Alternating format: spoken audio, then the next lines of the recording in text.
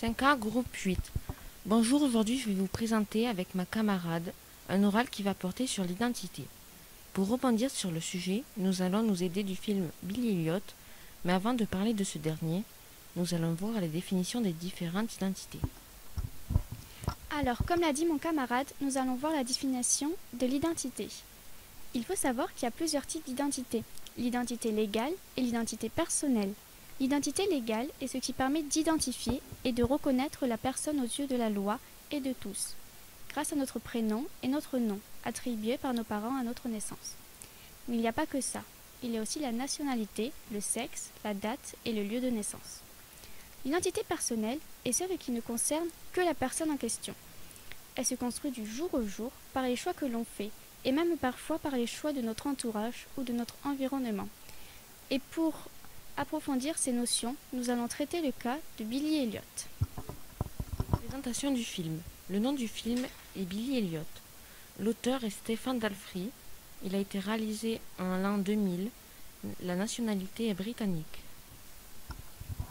Nous allons maintenant passer au résumé du film. Billy Elliot est un jeune garçon âgé de 12 ans qui vit dans une petite ville minière avec son père et son grand frère Tony. Sans oublier sa grand-mère, sa mère étant morte. Tony et Jackie travaillent dans la mine. Ils sont mineurs pour être plus précis. Billy, lui, est encore écolier. Il pratique la boxe. Un jour, par tout hasard, il découvre la danse. Il en fit en secret avec Madame Wilkinson, sa professeure de danse.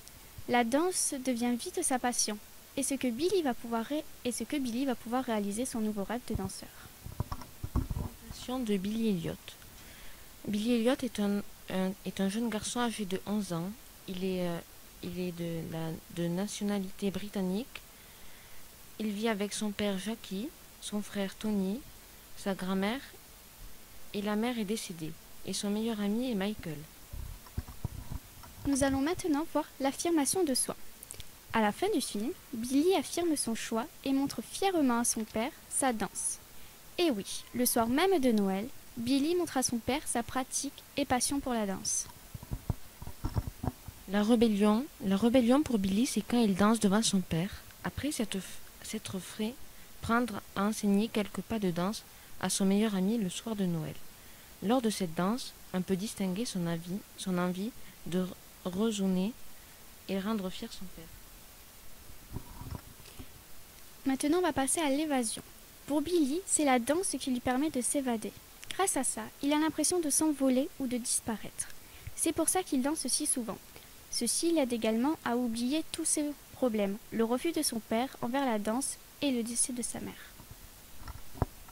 Pour Billy, l'expression de ses sentiments. L'expression de la colère de Billy est quand il crie sur Madame Wilkinson. Il peut enfin relâcher la pression qu'il endure au quotidien. Le choix entre devenir un danseur ou suivre les traces de son père et son frère. Billy s'est autant énervé dû à la défaite d'un pas de danse qu'il n'arrive pas à réaliser. Finalement, 20 ans plus tard, Billy a nettement réalisé son rêve de danseur et danse maintenant à l'Opéra de Londres et rend fier son père et son frère.